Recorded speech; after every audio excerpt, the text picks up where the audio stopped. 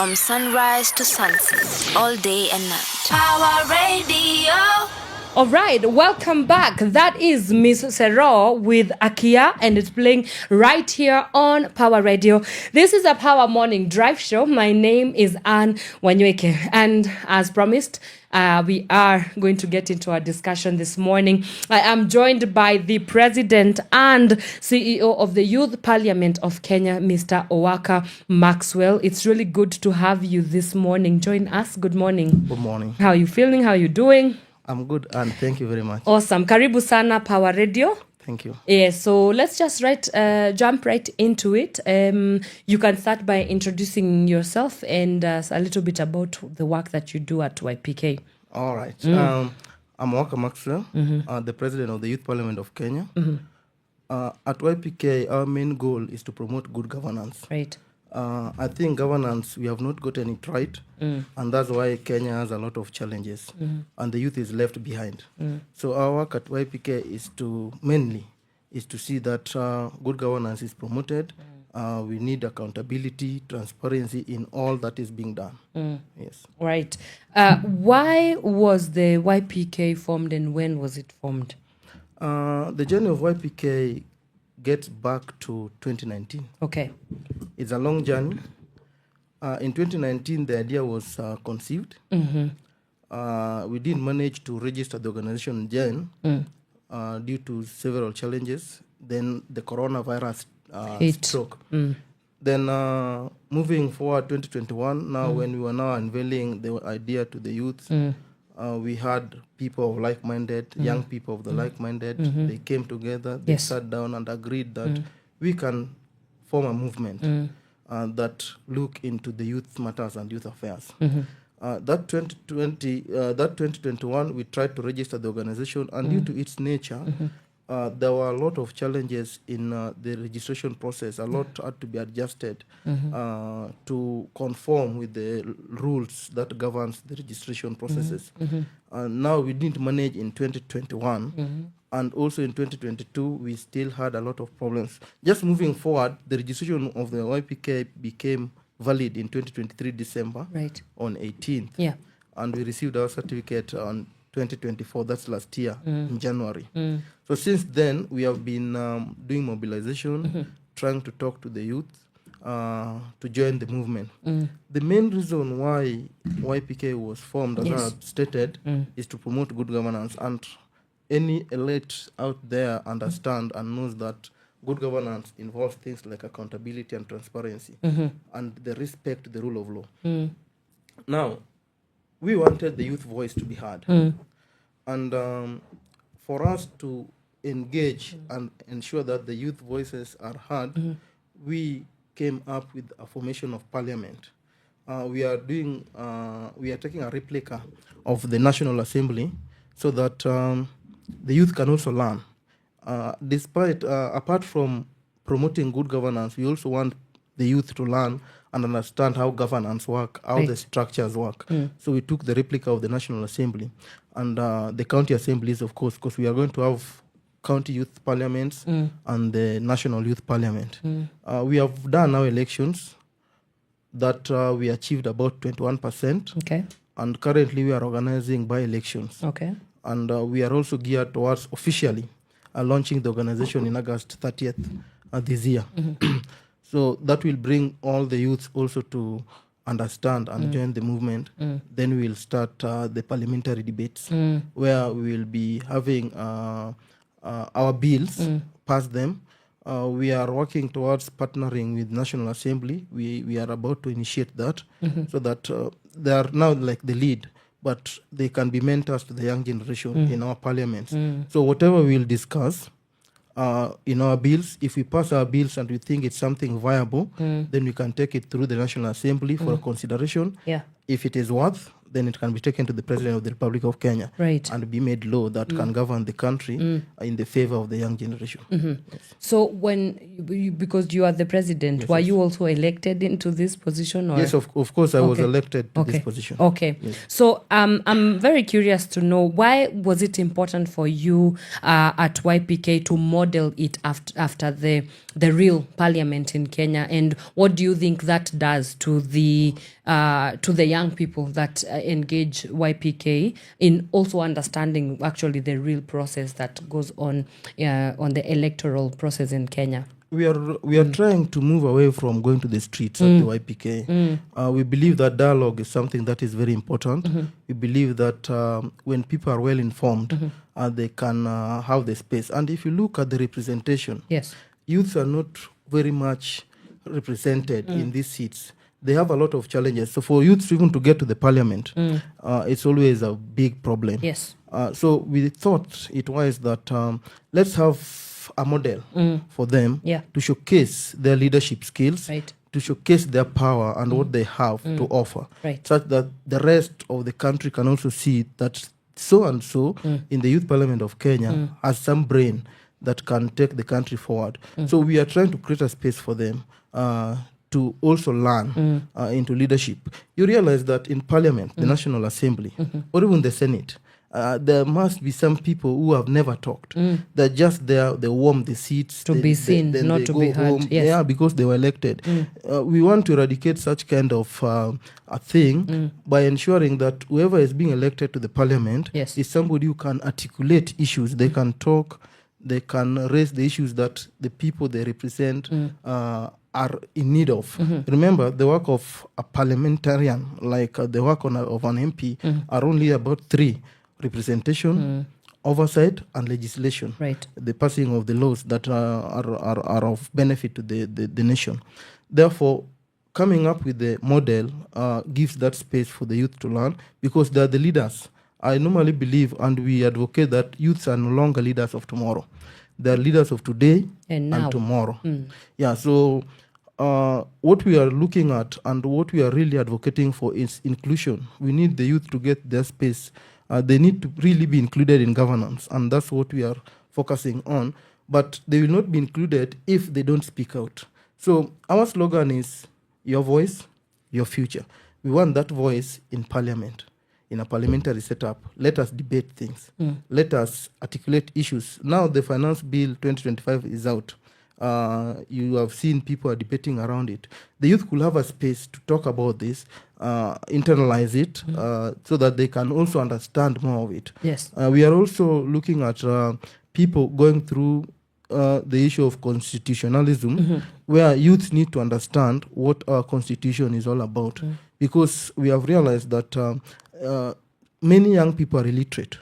They don't understand, and that's why the elite class take advantage of them. You know, information is power. Yes. And if you don't have that information, you are doomed. Right. Yeah. So since you said that the journey at the YPK started in 2019, and we are in 2025 as we speak, so close, give or take 6 years. How have you seen the shifts in young people, even with whether it's wanting to understand the governance space, whether it's them wanting to be a very active participants? Because for the longest time, we have had this narrative that young people are apathetic about what is happening around them politically and in terms of governance. So how have you seen the shift play out since 2019 and right now 2025? And has it been something that is kind of you're excited about the future of young people in terms of governance and them taking up spaces politically? I think the shift is positive because many youths now want to lead. Before, they were afraid of taking leadership positions. If you can see in the space, people nowadays want to lead. You have seen just Morara has declared that he wants to run for the presidency. That's a youth, and he wants to lead. There are other many youths who wants to be in the leadership space, be it an MCA, MP, even up to the president, the governors. So the shift is positive. The only challenge they have is the financial muscle, because you realize that in this political space, money talks. All right. You see what they do, and that's where they cap the youth. And we are trying to advocate and try to pass out the information so that people can be elected on their ability. What we are trying to do, we are not going to engage into politics, but we want to train to have people who can be leaders so that when they involve in politics at their own individual level, people can see them and can understand them. Yes. And we have been sharing the idea with many people. Yeah. And we are glad Professor PLO Lumumba has joined the Youth Parliament of Kenya as an advisor on public policy, leadership, and good governance. For somebody of PLO stature to join such an organization, it means that he has seen something positive in it. We are bringing in Christopher Kaemba, who is an educator and somebody else is well versed in education, who is coming in also as the advisor on education, youth development, and culture. So you see, we are trying to bring people on board who understand, people of good repute, people who can help us steer this and make sure that the youth have their space. Right. So the shift is positive. The shift is positive. Let's talk about, of course, the YPK is largely by and by an organization set up for the young people. But there's a conversation ongoing about intergenerational dialogue, right? And I suppose that's why you have the likes of PLO, for example. You just talked about Christopher Kaemba. Why was it, what fresh idea or perhaps why is it important for YPK to be able to not throw away the old guard, because we do need them, right? You cannot have where we are going, they are living in where we are going as we speak right now. So what about that dynamic of intergenerational dialogue is kind of refreshing, so that even as we take up spaces as young people, we go with the wisdom of the old guard that has been. And what do you think, for example, somebody like PLO and Christopher Kaemba, as you've just stated, would bring in into the conversations that are going on at YPK and beyond? Okay, as the youth, we don't expect also to take the leadership of the country as a whole, because to some extent, experience matters. The old guards has got the experience. The only thing they need to do is just to be people of integrity and people who are willing to leave the space at certain point when other young generation and young blood comes in. We need the old guards to pass the knowledge that they have learned, to train. The only problem normally comes when they normally tell us, wait, you are the leaders of tomorrow. Wait, and they're there. Somebody's 90 years, 80 years, and they're still there. They need to train. They need to mentor. They have not understood what the mentoring is. They think that mentoring means that you'll just be by side, listen to what they do, you go on errands, and that's their mentoring, They need to give you space to lead. Having people like PLO, these are people who are well-versed, well-traveled, well-experienced. And with the experience they have, they can help us in developing policies that are of good standing to the country. Remember, PLO is somebody who is a Pan-African, is a Pan-Africanist, is somebody who understands what governance is very well, is an expert in that area. And since YPK is promoting good governance, with this advice, we are on the right track, because the advice you will be giving will be tailored towards what are the aspects that can make our country better in terms of governance. Right. There's something that you spoke about earlier on, and this was towards mainstreaming of representation. A big frustration. I've talked to a lot of young people who want to be included at the decision-making table. They do say that they are only there to be seen and not to be heard. So how do we deal with the issue of tokenistic representation from young people and for young people? And how do we move even beyond just having them, just like a checker, just checking boxes. And yes, there was 1, 2, 3, 4 young people in this, whatever, whether it was a public forum. Yes, and how do we ensure that it is quite instituted and inculcated in each and every deliberation that we move with wherever young people's inclusion in this decision-making tables is concerned? I think what the youth lack is knowledge. the youth has got power. Remember the Gen Z protest in 2024, where I feel also that Gen Z missed a point of saying that they are leaderless. There must be a leader even in the families for that thing to take the proper direction. You see, being leaderless made them to lose the track, and now they are revolving into the ethnicities. But the strong force that Gen Z had, that power is what the youth needs to embrace. They need to air their views. They need to have that voice. When they are knowledgeable and they are courageous enough, they will air their voice and take the space. You don't wait to be fed. You only need to get information. You only need to learn. Then you execute what is proper. Yeah, so they need the voice. Right. Yeah.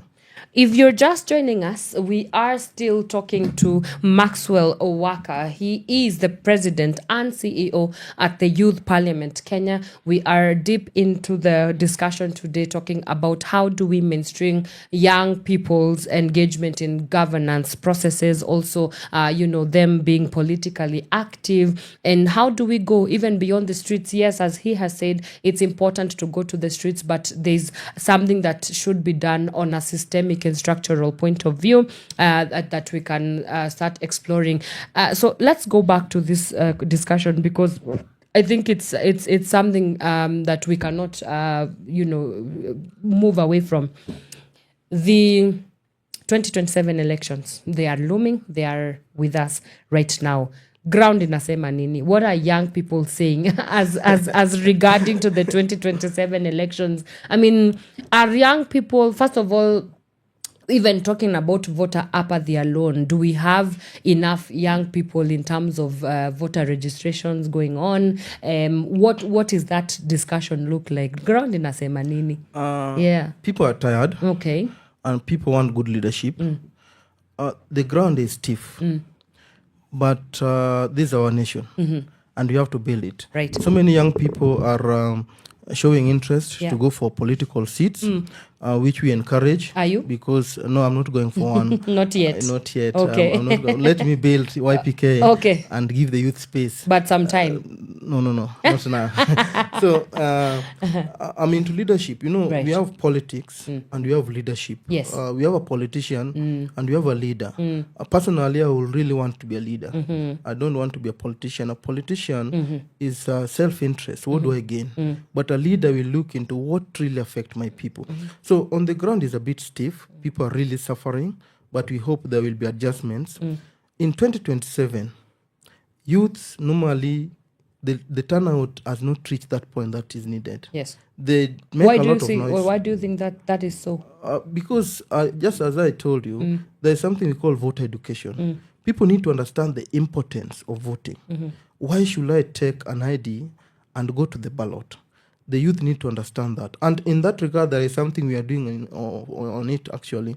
We are in talks. I'll not go into details, but we are in talks with IBC to partner with them in voter education and teaching the youth on who a good leader is. So that when it comes to 2027, they make their choice. Right. So there is something YPK is doing about that.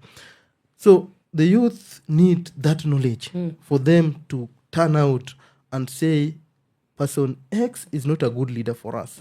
Why should we take this person back to the office? If we give the person 5 years, I believe if you are given 5 years, you can do something tangible. I admire Traore, the president Ibrahim. of Burkina Faso. Right. What that guy is doing in Burkina Faso is commendable, but he has not stayed there for long. So why will somebody say that you need 10 years to deliver? You can deliver within a span of 5 years and do remarkable work. If the people so desire that you go back to the office, so be it. Right. But after delivering to them. Wow. It's interesting that you bring up Ibrahim Traore. And just kind of what he represents in these current times that we are living in. As you look at Ibrahim Traore, what does he represent as to what young leadership would look like? Because he is definitely a very young president as we speak. Yeah. Ibrahim Traore is visionary. He looks at Africa. In fact, he's not just focused in Burkina Faso. The guy is bleeding inside when he sees things that are happening in Africa. he wants good leadership. The guy wants people to be comfortable. He wants the people he represents to feel better. He wants good life for them. And that's why he's doing all that he does. And rumors that is out there that there are assassination attempts, claims as it out there. Yes. And why would somebody be in that break of being assassinated? Is because they're doing something tangible. When you're doing good, everybody will be jealous about you. Yeah, so those are alleged. We don't have the facts, but they are on the print out there. So I feel like Ibrahim Traore is doing a good job for his country.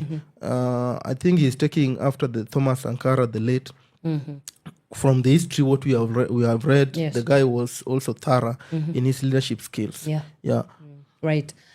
So coming back to the Youth Parliament of Kenya, of course, I'm a woman. I have to ask: Are you guys mainstreaming in terms of gender mainstreaming? Are young women interested in political anything? and what is YPK doing on that front in terms of mainstreaming even young women to get into governance spaces as well? I see you have a very wide smile on your face right now. That's one very interesting topic there. Initially, when we were starting, we noticed that ladies were a bit afraid. And as always, women have been always a bit afraid of taking the lead. But you see nowadays things change. Look at people like Camilo Gezagesa in Parliament, Gladys Wanga, Susan Keika, and name them, the women in Parliament, or some of them have become even governors, At YPK, we noticed that they were a bit hesitant to take the leadership roles, and we started advocating that we need leadership positions. Now, what we did, we encouraged them, then some of them showed interest. And we have youth governors. Right. We made it a rule within YPK that when you're running for a governor position as a male, your vice or your deputy should be a female. When you are running for a governor, a youth governor, as a female, your deputy should be a male. We are looking at the gender balance, the 2/3 gender rule.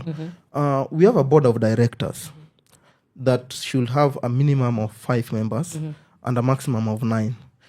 We have said that at any given point, either gender should be in a ratio of 6-3 at the worst. But we are looking at, can we attain the 2/3 gender rule? And this is a conversation that is very difficult because even in Parliament, they've still failed to do it. So we are looking at YPK as well. What can we really do much better to ensure these 2/3 gender rules? Because we are also having a quest for it. So we are trying that any appointive position, because we have appointive positions, even in the cabinet, we have our cabinet. We are looking at any appointive position. In the cabinet, there must be 2/3 gender rule met in it. So we are really looking into it, and our women or our ladies are really showing interest currently. And as they join, they are eager to be leaders as well within the organization. How are you training up young people to be effective and different? How politics is done in Kenya is it's gruesome. It's they say it's dirty. It's a dirty game. Yes. Yeah. So I'm very curious to hear whether the work that you're doing at YPK is raising effective leaders, visionary leaders, but in a different way, and kind of reimagining and challenging the status quo that has been the game of political, sort of high octane level politics in Kenya. Yeah, is there something that you guys are challenging the status quo?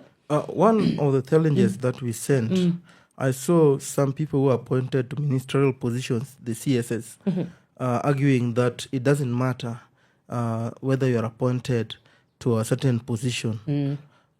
What we are trying to inculcate in YPK, especially in our cabinet appointments, if we have a Ministry of Education, we want somebody who understands something in education. Somebody who maybe has gone to school, has studied to be a teacher, they understand something about Technocracy, education. basically. Yeah. So we want to bring in technocrats, people who understand, not just people who make noise out there. So what we can challenge even the government that in all the appointive positions that are being made, especially the appointive ones, let those people who are being appointed have relevant skills in those sectors. Right. If it is about finance, let somebody who has knowledge about finance. And that's what we do at YPK. Yes. Most of our cabinet, we have taken these people from LinkedIn. You know, LinkedIn is not like Facebook. Yeah. LinkedIn, we meet professionals. So we look at your profile. If we are convinced that this person can fill this particular slot, we reach out to you and ask you whether you are interested in such a position and can you deliver. So that's what we are looking into. And we will really want the same to be replicated out here so that we have people who understand the fields they are appointed to, not a CS or a minister who will wait for information from the down upwards. We want somebody who will give instruction. I want this done like this. If you're a minister of ICT, for example, understand the field. Make sure that you understand all the things that you can't be challenged. Right. Even if you can be challenged because you might not be all round, but you have the knowledge about it. Right. Yeah, so that's something that should be done. Okay. So with every action, right, we cannot talk about anything without talking or thinking about posterity, right?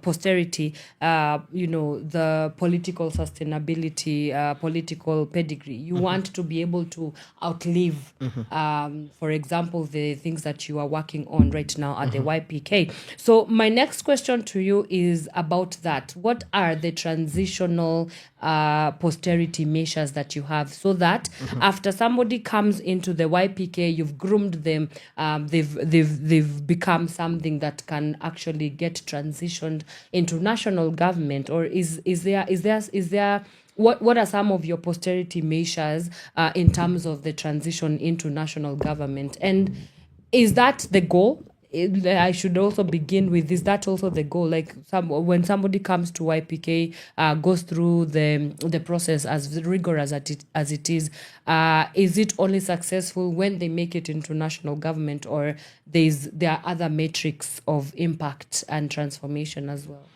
Okay, what we are looking into, I'll not be a youth forever. Sadly.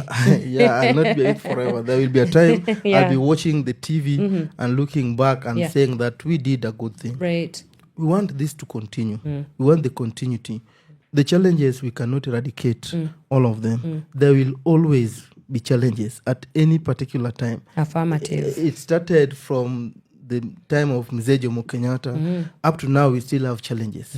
Remember when Kenya was getting into the independence, they wanted to eradicate anger, eradicate foolishness. That is, they wanted good health.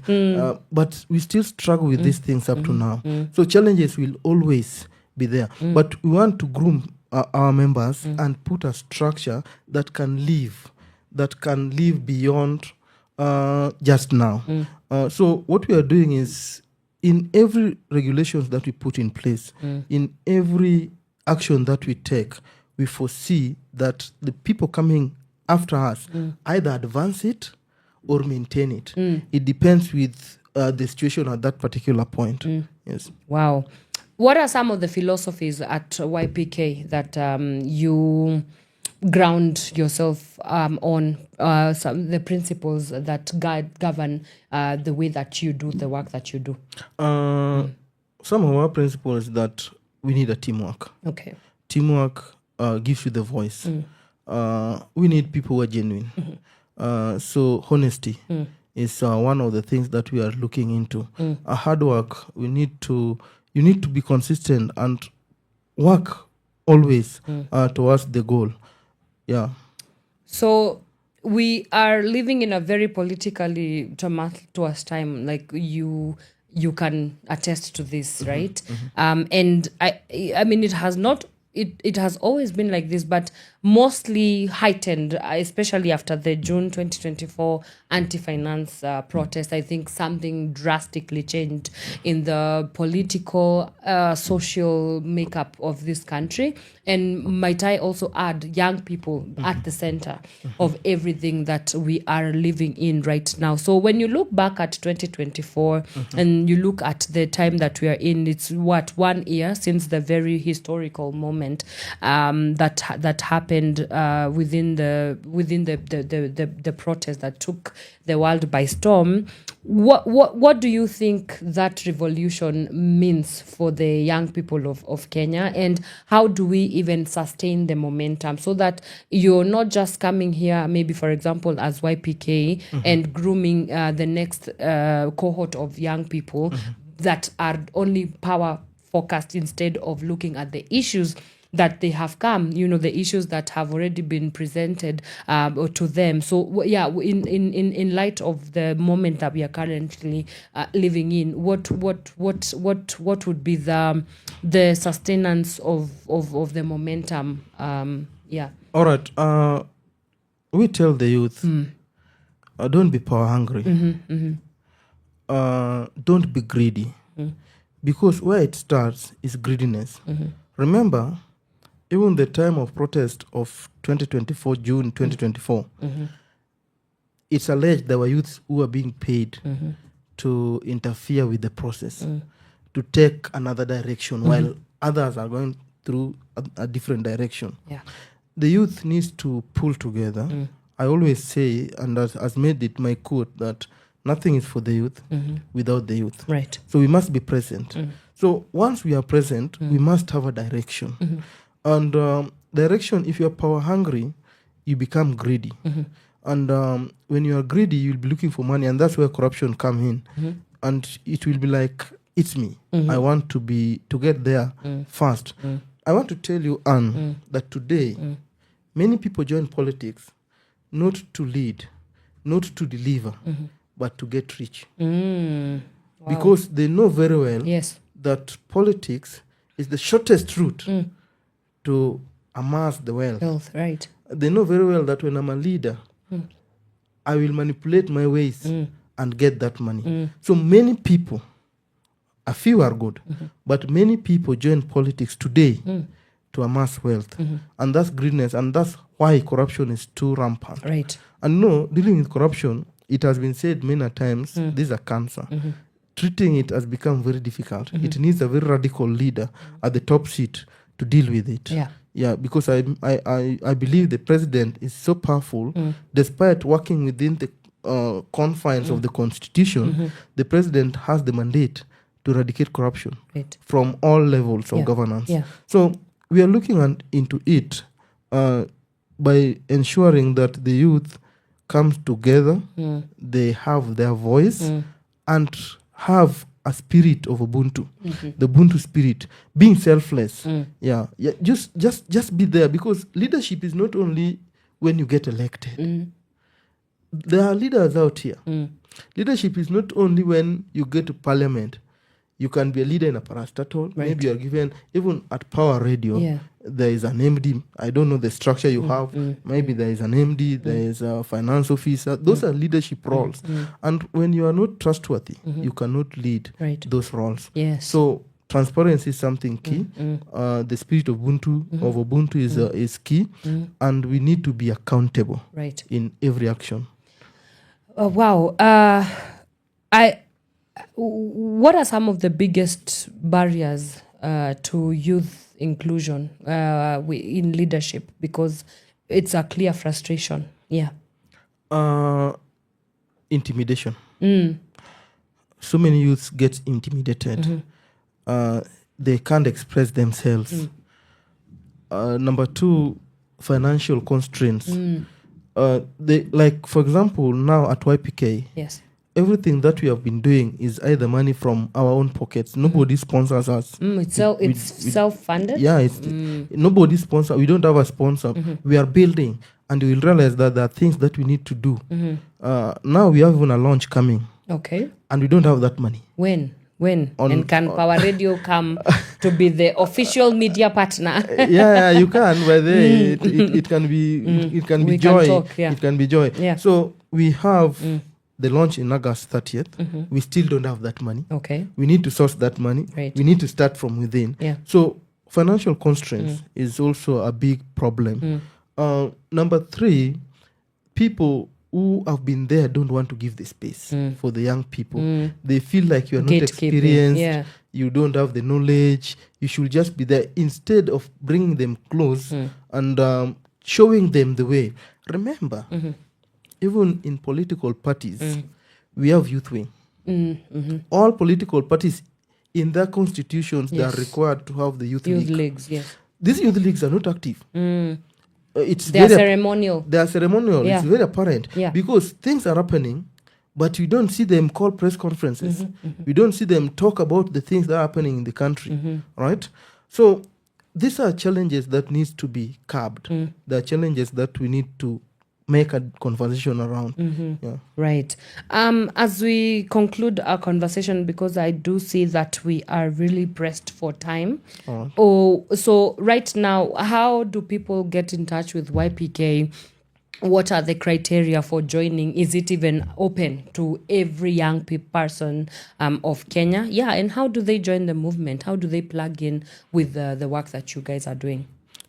Okay, and as we wrap up, Yeah. and before then, I want also to take this opportunity to send my condolences to the family of young man, 31 years old, Albert Ojwang. Yes.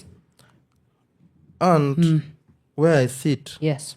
I will really want the top government or President William Ruto to really take stern action in this, because sometimes as the president, you are the one who makes the major appointments. Though there are criteria that are being done when these appointments are done, but you still have the power. We need to deal with impunity. Yeah, Yes. I think the rate at which impunity is increasing in this country is so high. Yes. We can't be in a country where abductions are just done anyhow. People are just being killed anyhow. And no one is held to Remember, account. if you kill a young man like Ojwang is now gone, you are killing the future generation. If you kill a young person who is a youth, you are killing the nation, because who will build it? It is the young people who have the energy. Yes. The old guards are going. Their time is winding up. And the young will become old. So this must be a continuity. If you silence them, you are making them to be silent, that I can't post anything on social media, that I can't talk because I will be abducted, because I will be killed. Then you are silencing the voice that will help you when you are now at 90 and walking with a stick. That's right. When now you will want pesa ya wazee back in the village, but you had silenced that voice, they will not speak. So the rate at which impunity is increasing should be dealt with. And I ask the president to really deal with this. And the police force, the army, I think there are laws that governs them. We don't need rogue people in the police force. When there are rogue people, there are killers in the police force, then we are killing our nation. Yes. These are the people who we expect to protect us. They need to give us protection. I need to walk freely in my country. We are in a country from the Constitution 2022, a country of freedom of speech. Though you cannot go around also abusing people. Right. But somebody who just talking facts and talking about things that are affecting people don't need to be killed. Yeah, that young guy never deserved death. At all. Yeah, he didn't deserve death. Yeah. If he did anything wrong and somebody felt like this is wrong, we have courts. We have a legal system, why then do we have even judges? Then the people should not even do these things. We should just say we are in a banana republic and move on. Yeah. So that was uncalled for. Yes. And I hope the Everybody should be authorities, put to book. yeah. Yes. And IPOA needs to step up and they need to do their work. The strong institution, we need to have strong institutions that are independent. We do. Yeah. That they can do their work. Whether you are the president, you should be held accountable for your action. Whether you are a minister, because you are put there by the people. It's the power of the people that puts you there. Yes. Having said that, and think I'll answer the question of how people can join YPK. We have made it easier to follow us. Okay. All our social media platforms, Yes. be it Twitter, Facebook, LinkedIn, TikTok, all of them just use at YPK 254. Okay. Then you can reach out to us on WhatsApp via 0768886787. We will capture that and link it on our description box Yeah, below. yeah. Or 0733 886-787. I think those are the way. Then we have a link to register. YPK registration is open to all youths aged 18 to 35 years. Is it free? Yeah, it is free. Okay. It's free up to the time we will do the launch. Okay. After the launch, now there will be a fee because there are people who have struggled to build it up to that point. Of course, even if you join even other parties, there is a registration fee, membership fee, but it is one-time registration. Yeah. The money is just to help us run the organization, the administrative roles. You need to print, you need to do what, such kind of things. Right. Yeah. What do you hope the legacy of YPK is going to be, even as we wrap up our conversation? I want the legacy of YPK to be a movement that really brought change in governance to this country. Yeah. Yes. Your clarion call to young people: how can young people not stay back, do not withhold? How do they politically move forward and get involved in everything that affects them? For every young Kenyan out there, take your space, be on the guard, speak out, go for the seats, compete, and make sure you also have your space to deliver what you aspire. Wow. I think that's a very good place to end our conversation this morning. But of course, we can never have enough conversations. We have to have this more and more and more because, as you said, the challenges that we face are perennial. They will happen intergenerationally, and so we have to keep at it. But Mr. Maxwel Owaka, thank you so much for the privilege of your time and also for the amazing work that you guys are doing at YPK. We will have a very close look at what exactly you are doing in charting the way forward and opening up the space for young, meaningful political involvement and engagement. And I ask Pawa Radio to help us advocate for the young people to join the Youth Parliament of Kenya. We will. Yes, we will. There's always going to be space for collaboration. Right. To everybody who was able to join us this Friday, thank you so much for opening, plugging into our conversation this morning. We have been speaking to the President and CEO at the Youth Parliament of Kenya, Mr. Maxwel Owaka there, and you've heard from his sentiments that they are not letting down young people of Kenya. They've decided that they're going to chart a way forward and ensure that every young person's voice is heard. Every young person in Kenya is heard, whether it be engaging them in political rallies, whether it be them having the shadow government or shadow parliament or what not. It's clear that it is really time for young people to be involved in matters governance as well as political and political undertakings. That's it for me for now. It's goodbye. I will see you on Monday. This Monday, we shall be talking about the creative economy and the story of one Mr. Mark Ondoro.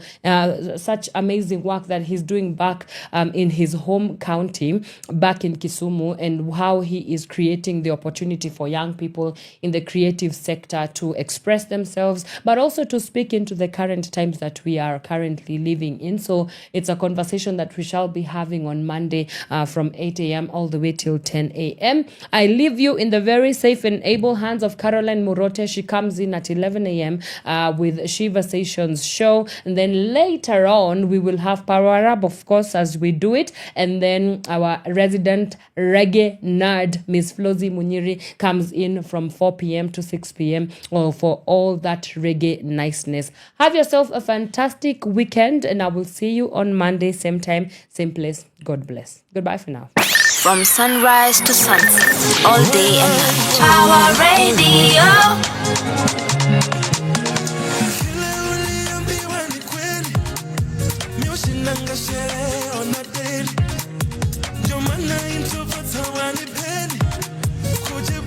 inaleta super wengi.